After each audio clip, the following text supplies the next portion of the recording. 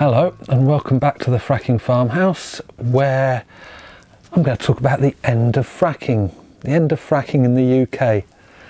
Whew, that's a bit hasty, isn't it? A bit over the top, bit overconfident. Well, maybe, but we're sort of going to do a review of where we are with actually what's happening on the ground in fracking, and it looks like the end of fracking. It really does. There is a but, and I'll come to the but later, but generally it's good news. So let's review the state of fracking in the UK. It started in 2011 when Quadrilla drilled in Lancashire, Priesthall, set off earthquakes. It was disaster.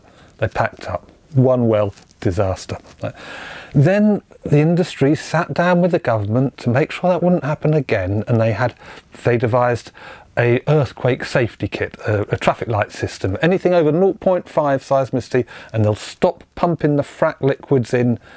And and then basically they'd cancel that frack if they hit 0.5.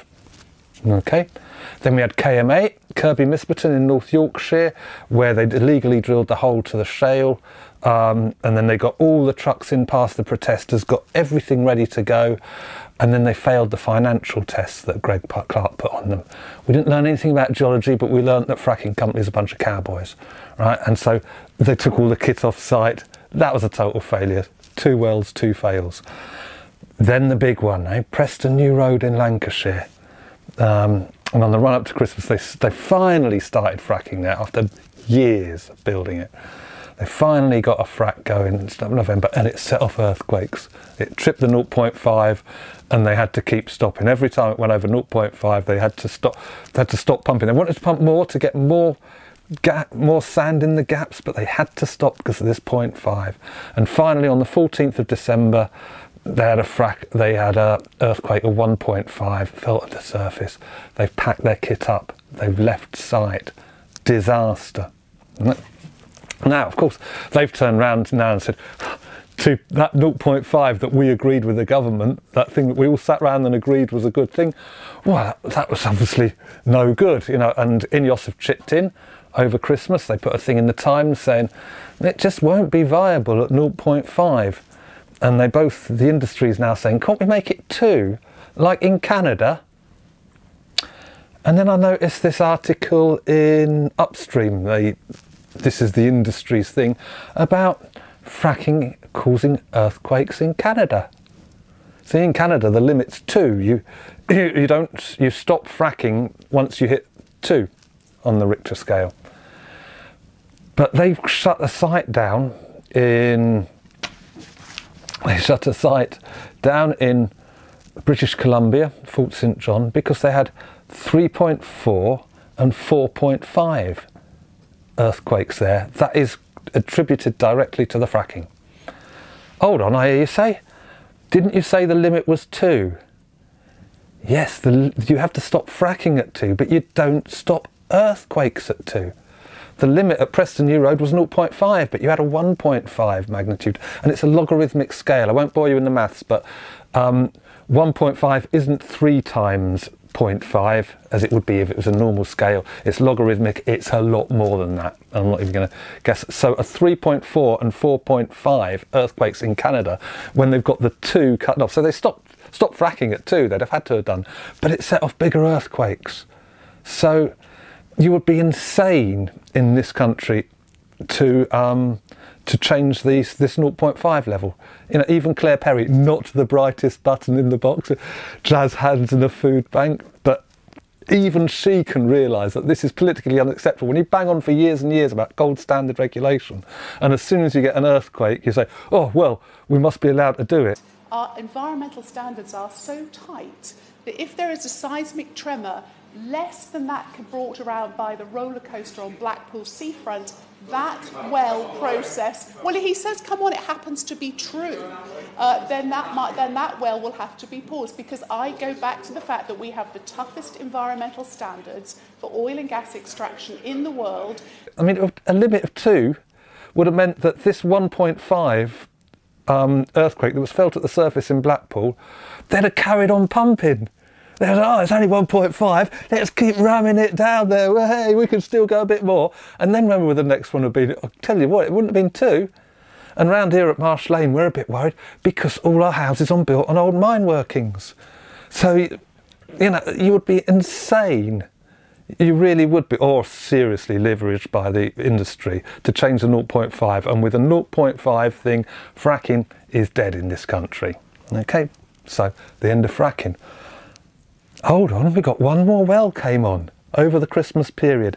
Tinker Lane, not far from here, North Nottinghamshire. Old industrial site, they drilled there. iGas, which is 40% owned by INEOS.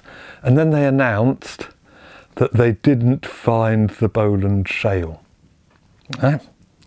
They drilled down to 3,000 metres and they still haven't found what they're looking for. And they're packing up. So they, oh, by the way, they packed up at Prestonby Road, if I didn't mention it. All that kit's gone off site. They said they'd be back, they said like KM8. So that's 1, 2, 3. Tinker Lane is the 4th disastrous well on the bounce for the fracking industry. And they said, oh, well, they said they're moving on to Missing Springs because they've got that site and they've got permission. And they said that iGas that, well, it was on the edge of the Bowland Shale. Right. So, because I made this little map in Fracking News. New issue coming out soon, by the way. In Fracking News, this is a map of all these sites, you see. And just without thinking, you thought Missing was up, Tinker Lane was up here. No, that's Missing. Tinker Lane's here. Right. And then I remembered there was a map from the British Geological Survey, when we used to do talks about this, which showed the Bowland Shale. And I'm afraid it hasn't printed very well.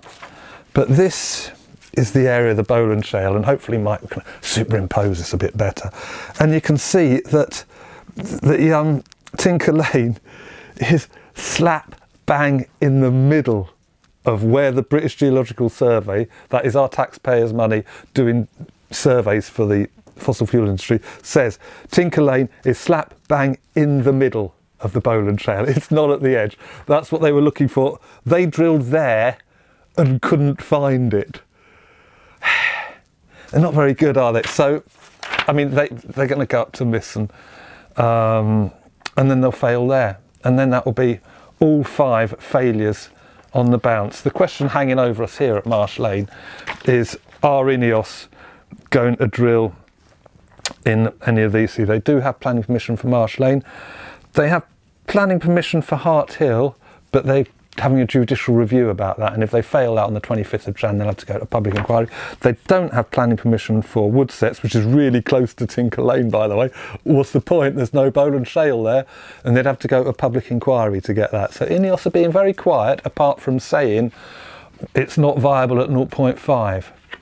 So that's all pretty end of fracking in it. And then yesterday, Andy Burnham, the Labour Party, finally realised they had a bit of power, and they've banned fracking in Greater Manchester. Well, they've put a presumption against fracking in their local plan, which we can all, you know, North Yorkshire have done that. And very roughly, Greater Manchester, right? That covers a lot of the Bowland Shale, if there is any Bowland Shale as well. And if any planning applications come for there, there'll be a presumption against it. Sadiq Khan has said the same for London. You know, I mean, that's just window dressing. But so now people are coming out and they're realising, Andy Burnham, local elections, he's realising that it's a vote winner to say to people, it's a frack-free area, we're not going to allow it. So that's everything going the right way, isn't it? Just one more thing, and then I saw this thing in Energy Voice, the voice of the fracking industry, and it's this thing here, Energy Voice, bless them, on the 3rd of January, diminished case for UK fracking after shaky start, says Fitch. Fitch is like, you know, oil and gas person.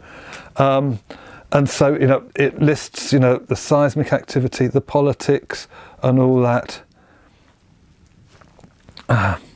What's next? From a broader perspective, the early stoppages in activity and persisting social opposition are indicative of the wider barriers of the viability of UK shale over the longer term.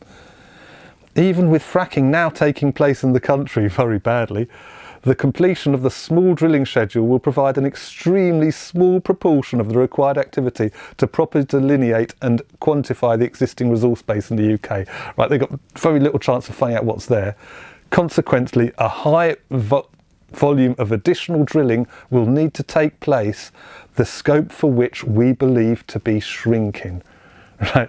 They need to drill more and more, and their chances of drilling more and more are going down. And then the killer, as if it wasn't all the health and the water and all these things, it says the UK gas market remains fundamentally well supplied. New field startups have successfully boosted UK gas production annually. Whilst it remains that the UK will become increasingly reliant on gas imports over the back end of our forecast period to 2027, our expectations for both LNG and European hub prices to remain lower will ensure ample supply of competitive gas to the UK market. Subsequently, the urgency for a new domestic source of gas, especially the one that is so socially contentious, is diminished. That's the industry saying, we don't need fracking. It's going to make no economic sense. It makes more economic sense while we try and cut our gas usage to import gas over the medium term and to cut out gas completely in the longer term if we're not going to cook the planet. So that's it. That's the end of fracking. I did say there was a but, and the one but in this is the people who want to drill up the road here are INEOS, and they ain't interested in gas supply for you or me, for our homes. Natural gas, then perhaps if I describe for our Runcorn plant alone, that it makes the chlorine that treats 98% of the UK's drinking water, and to do that it uses the same amount of power as the city of Liverpool every day. So that just gives you some sense of the scale of gas usage, energy provision that we require, and more widely, if I take Grangemouth, our refining petrochemicals business there, it's making the fuels for Scotland, the north of England, Northern Ireland. It uses the same amount of power as Grangemouth, as Aberdeen, Edinburgh and Glasgow combined. So a huge energy requirement and a base load energy requirement. Just for us as a business, that is why we started with this interest. But actually, they want it for their factories. They need a raw material, ethane specifically, but they burn a lot of methane. And so there is a little worry that in order to feed their factories, they will continue this madness that is fracking. But apart from everyone else, and to be honest, I don't think even Jim Ratcliffe's that stupid. So this is it. Happy New Year, everyone. In the new year, I think we can safely say that fracking in the UK is a dead duck, don't we, Jelly? Yes, we do. Yes, that was Jelly said. No more fracking in the UK. Thank you very much for watching the Fracking Farmhouse. I might be back for another party later on, do a pop in champagne and it's all over. But for now, we'll keep the pressure up. We don't want them to change this 0.5 level. Okay, thank you very much for watching the Fracking Farmhouse. Like and subscribe and all that.